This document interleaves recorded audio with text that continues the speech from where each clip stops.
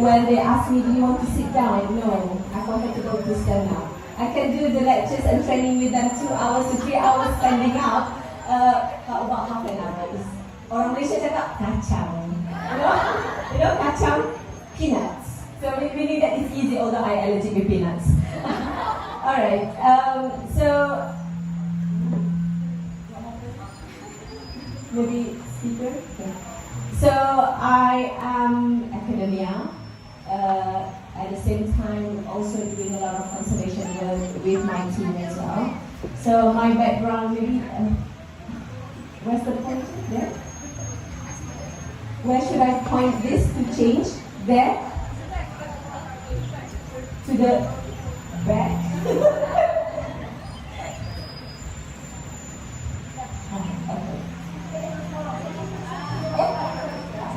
Oh, let me change.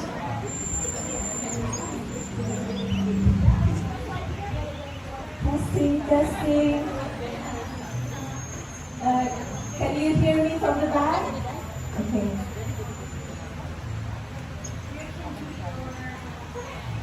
Okay. So while waiting, it's been emotional weeks again. I was here since the 28th of September, giving the girls training for the coral disease lectures and also hands-on. And then we dive into Hans Days for the restoration work. I think it's massive development since 3 years time. So I was here first face-to-face was 2023, and then I came since then. And the batch, from the first batch until 11th batch, right? You see my face. Some you see online. Sorry, online, I cannot commit every time to come face to face. So I only can choose one time, which is throughout the end of the year, because my schedule pretty much, not empty, but pretty much relaxed. I've been back and forth. So I was in also Indonesia 2 weeks ago for another 2 weeks trip in Indonesia to do promoting on PhD and master program for marine biology. Whoever interested to come and continue their master and PhD in our university, you are welcome to contact me as well. Okay, so today not so much about my research though, because try to share my journey as a scientist. So the topic will be a bit relaxed. So from lab coats to dive suits to do a life of marine scientist. But this story is also, I'm a mother myself for 3 girls. So, and researchers, I'm also the diver. Okay, yeah, so.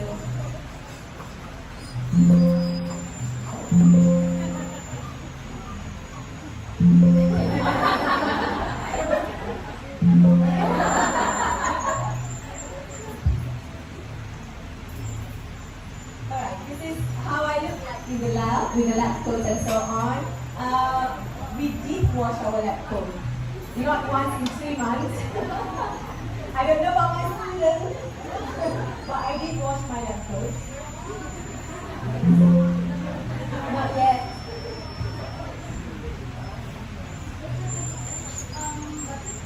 Here.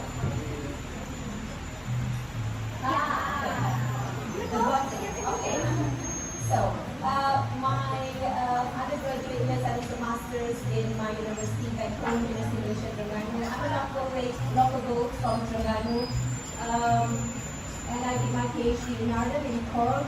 I know it's very cold, nothing to do with coral. Of course, nothing to do with coral reefs. But I will tell you a little bit. So my background is biochemistry. So I did a lot of work on protein study, measuring the stress level in coral. Whenever coral stress, and then I look at the changes of the protein inside the coral. So I actually in the one group of research team under Research and Education Environmental for Future Society, REEF, which is consists of a lot of men. Yeah, I will talk about that later. Yeah, so my journey, I grew up just 5 minutes away from the beach since I was kids. Okay, guess which one is me? Which one? Huh? Yeah? Yeah, the smallest one. That's me. That's me with my sisters, and this is our neighbor. So I actually grew up. In the university. My mom working as lab technician in the university and working a lot on marine and dealing with the marine scientists. So my childhood, I get used to see all the scientists from all over the world. So that's inspired me as a children. So every semester break, every school holiday, I need to accompany because I'm the orang cakap kalau Melayu ringan tulang, paling rajin. So I'm the one who always help my mom in the kitchen. So whenever they have the trip to go for the expedition, I have to accompany my mom to be her kitchen helper. Because every single expedition for research, we need to cook our own meal. So I always go and follow my mom, but not directly into the ocean. Sometimes they are doing research on parasitology. So they do cruise in the lake. They capture the fish and dissect and look at the parasite and so on. So I learned the technique from high school. So when because I'm a biological sciences student, I'm not marine biology in undergraduate, but developed into the marine interest after my master's and PhD. So during my degree years, my mom said, take parasitology as your part of your elective course. I said, no, take it, you will score. Yeah, I scored A. Because I already did all of the sorting, the parasite, making slides and so on, do ID since school. So my life is actually in academia. I look at people develop from scratch, doing research and publication. So we always talk about publication, about research, experimental design. Can you imagine experimental design when you were in high school? I was like, no, I don't want to talk about it. But eventually I follow the trend, I follow the trends. So here I am. So I did my PhD in Ireland, in Cork. I also questioned myself, why? It's a cool country. But I think my supervisor, we call it, he's the father of proteomics, the father of protein study. So I not choose the country, but I choose the field of expertise. So I learned a lot from him. During my PhD years, I have 2 kids here. So I remember my first time touchdown in Ireland is just 4 months postpartum recovery after my second daughter.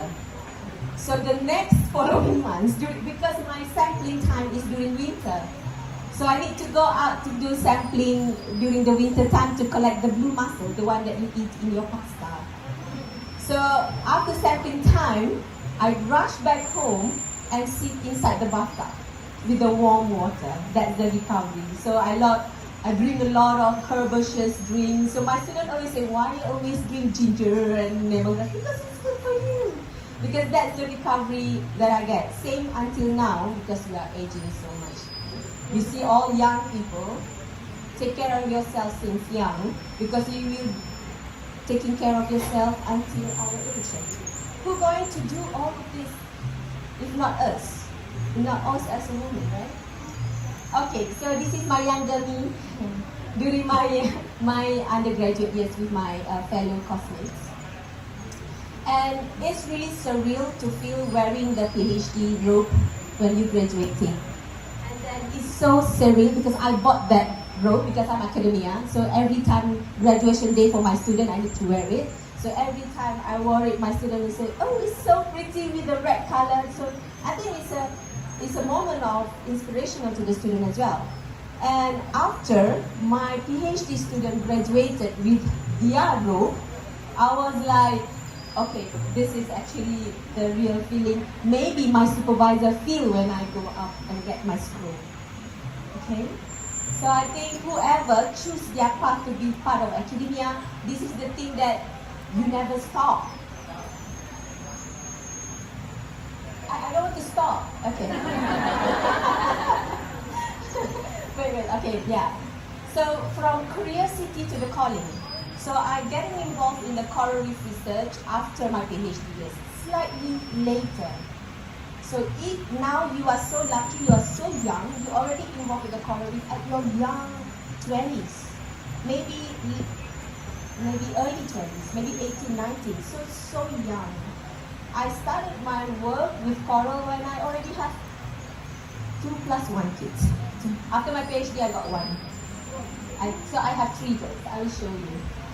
So after I involved with the coral reef, after I finished my PhD 2015, and then the coral reef group called me, come, we need proteomics people in our group. Because we have genomics people, of course in the coral is an animal, right? So everybody can do research on the coral, regardless what background you are. Are you a pharmaceuticals background, you are marine biochemist, you are biochemist, or you are medicinal people, because there's so many different angle of research can be done with this. So curiosity. So every time go diving, I rarely go leisure diving. Ask Martini, never.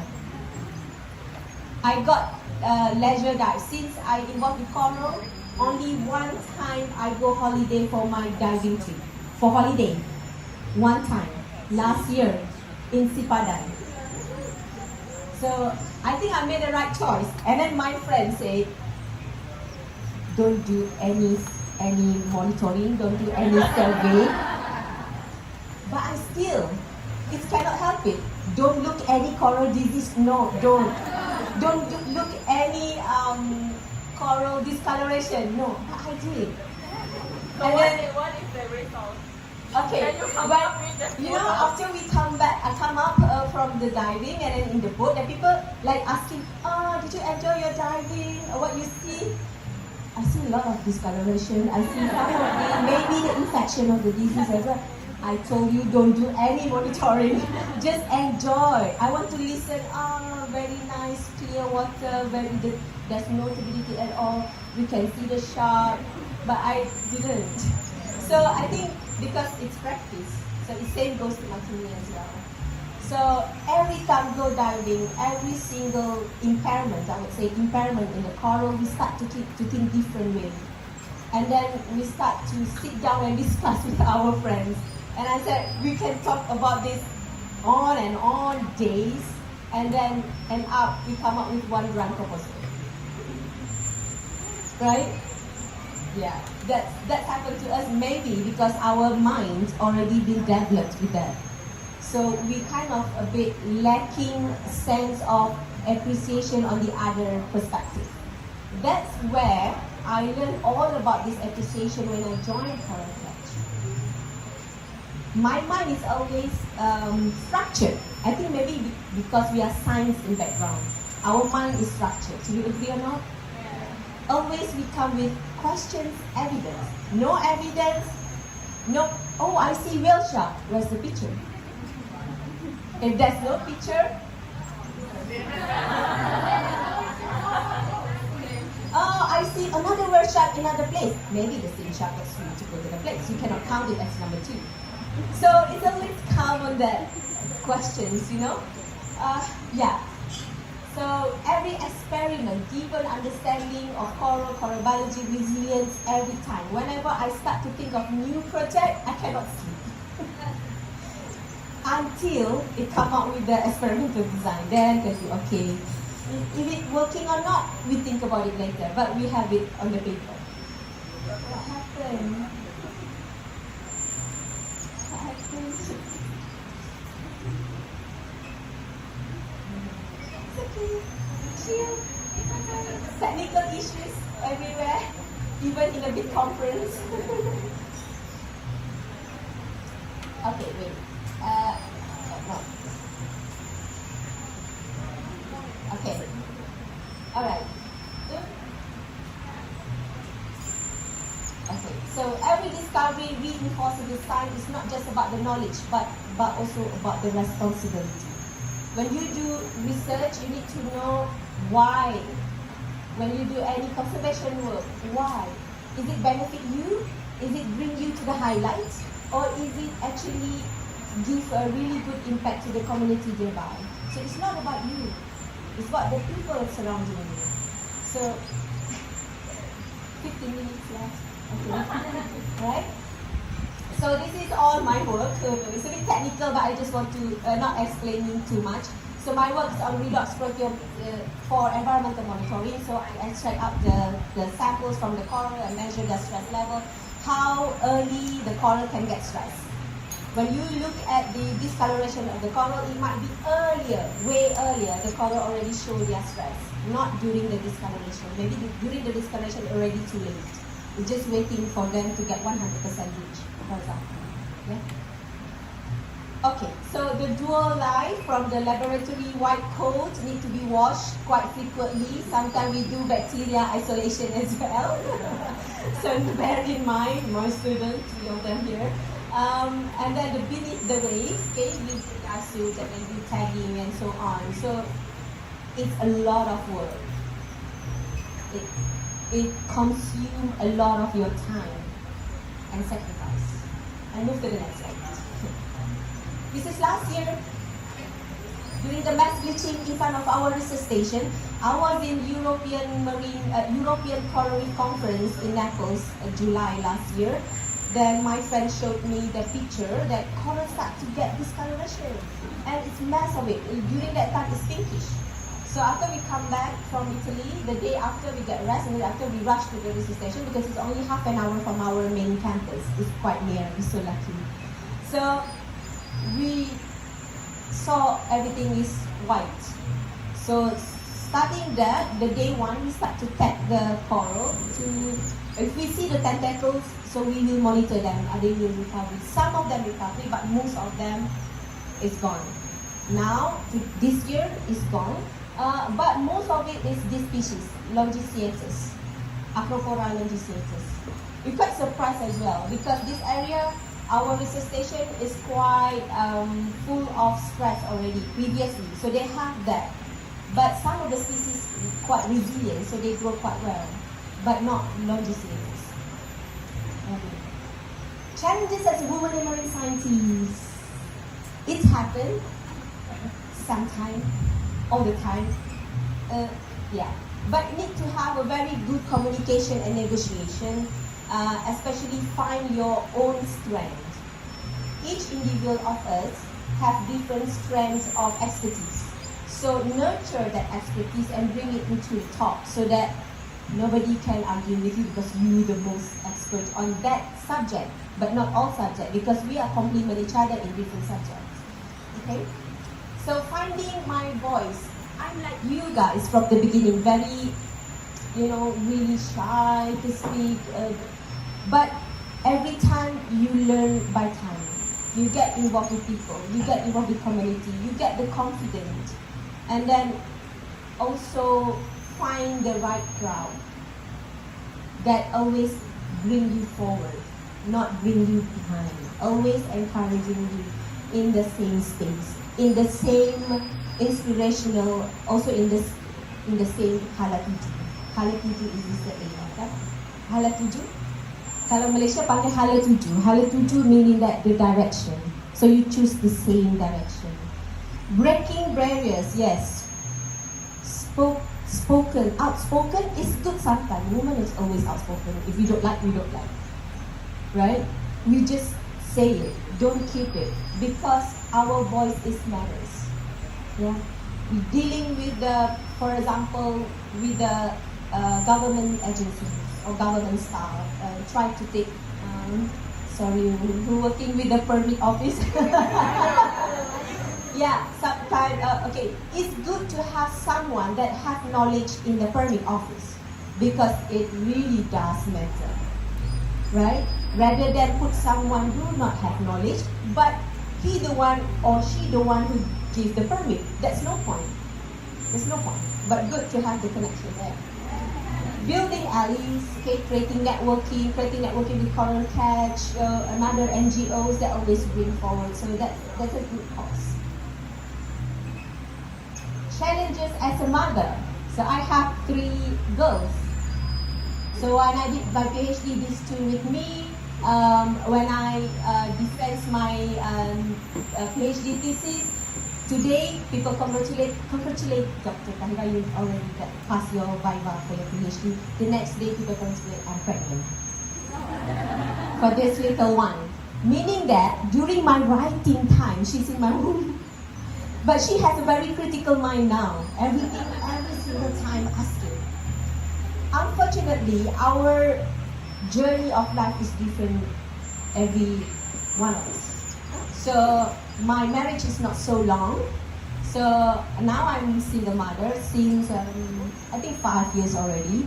So, but it's not the block, okay? It's not the pressure, it's not the stress, but it's a moment for you to reflect as a woman, and you can do more. So it's no harm to not have partner, but in the future, if you choose partner, you choose the partner who not clip your wings, but fly together with you. Okay? So this precious sentence is coming from one of the best woman professor in Malaysia.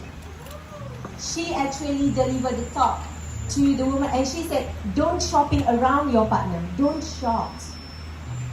Because when you're shopping around, you will see so many layers in shopping, but you target which one you want, that not clip your wings, but fly together with you and develop as you are. Okay? I think I'm not too late to have another partner. But it will be scrutinized so much.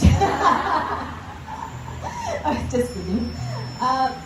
Okay, so who's inspired me to go along of this all journey, the hard work and so on, is my first daughter. She was born with a congenital heart disease. So I just knew about it a day after giving birth. When the doctors checked her condition, I need to make decision less than 24 hours to do the ballooning procedure, because she has a couple two couple of impairment, which is one is the hole in the heart, the second one is the coarctation, which is the small artery need to be open, or else the blood won't flow into the bottom of the body. So less 24 hours. New mother with the age of 28 during that time. I need to make decision for my daughter. And then I said to the doctor, whatever it is. I said to the surgeon, whatever it is, just do it. But I still want her. That's what I said to her. I still want her. So during that time, she recovered very well. And then by time, because remember she still have the hole in the heart, so that's a very, very hard time. A couple of months when she feeds, she keep on vomiting and so on. So I have to make another decision, which is to do open heart surgery to close the hole. So during that time, I said to the surgeon, I'm not ready. And then the surgeon said to me, you're not ready, you're being selfish because you're not ready emotionally. But this is about your child. She won't remember anything what happened to her during the open heart surgery. I said, what if it's a failure? What if it's a failure? But the doctor said, you need to, Muslim always say, like, pray to God, and then you need to take it, whatever decision. But she's she always with me in the lab if I need to work a bit late. That's her, tiny, and she always say to me, why my chest has scar, like a scar. I said, because it's special, you have zip. Nobody has zip here, meaning that your heart being protected by strong zip. That's what I said to her. And now she's grown up so well. She's 60 now. I have 2 teenagers in the hospital. But everything is fine.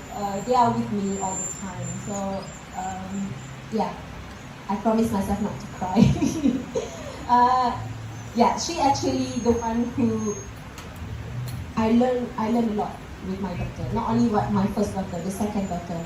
Every time we go field, I just berserah kepada Allah, kan? I just pray to the God. Whenever I'm abroad or whenever I'm in the field, I have God to take care of my daughter. Yeah. Okay, so the strength gain, resilience. The coral is so resilient. I also learned by the coral as well. every time I go diving, I feel like the coral communicate with me, especially the one that we do restoration work together. Are you healthy? Are you not? Sometimes fish come to us, the fish get ready, and sometimes the fish already used to us. Right? So this year is 10-year celebration of my working with the coral stress. You can see so many familiar faces as well here. So we work a lot on the coral stress research in this group. So I've been appointed as Honorary Associate Professor from Water University, Scotland for 3 years. So I will back at Scotland to deliver class and also do work on oyster restoration. Not only coral need to be restored, but also oyster need to be restored. Oyster reef. In Scotland they have oyster. They don't have sclerotinia coral because, but they do restoration already.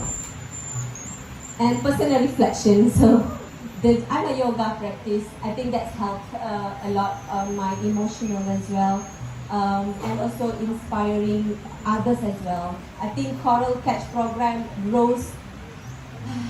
How do I say? Since I know you, since first batch 2021, I remember the first email that came from Gail and matched us in the email. I straight away say yes. Because I think this is the thing that I can help. I always think that I'm not coral reef researcher. That's the pressure that I have. I'm not coral reef researcher. I'm not marine biologist in background. But after some time, I feel like I belong to coral reef because I work so much with coral. And thanks to Rose, Gail, because of this program, I keep on going to do these things. And with that, to every young woman, and not so young woman as well, every future scientist, every mother who dream big, you never left out. You never left out. Because we have the strong community among you all. And reach out. Please reach out. I think Rose is the best to reach out. Whenever I get films, I will scroll the IG, I will scroll Coral Catch websites. It's always. Your passion matters, your voice is needed, the ocean is calling you. So the future marine conservation depends not just on scientific innovation, but also action from everyone. Innovation is part of it, tools is part of it, but who the one who's actually in their backyard is the most important people. Like you guys, people in the backyard. I can go to the backyard sometime, but I need to go back to the campus and teach another batches of students. We just got another 85 new marine biology students, and 4 international, 2 from India, 1 from Timor-Leste, 1 from Maldives. So we're happy that it's an international linkage now. So, unwavering dedication of women who refuse to choose between their dreams and their identity. Here. Pray for us, pray for Malaysia for this program in future. Let's pray together. Thank you. Thank you so much. Dr. Tahirah, thank you so much for sharing your story with us. Indeed, it's such a very wonderful insights in the Coral Catch Blueprint segment. So now,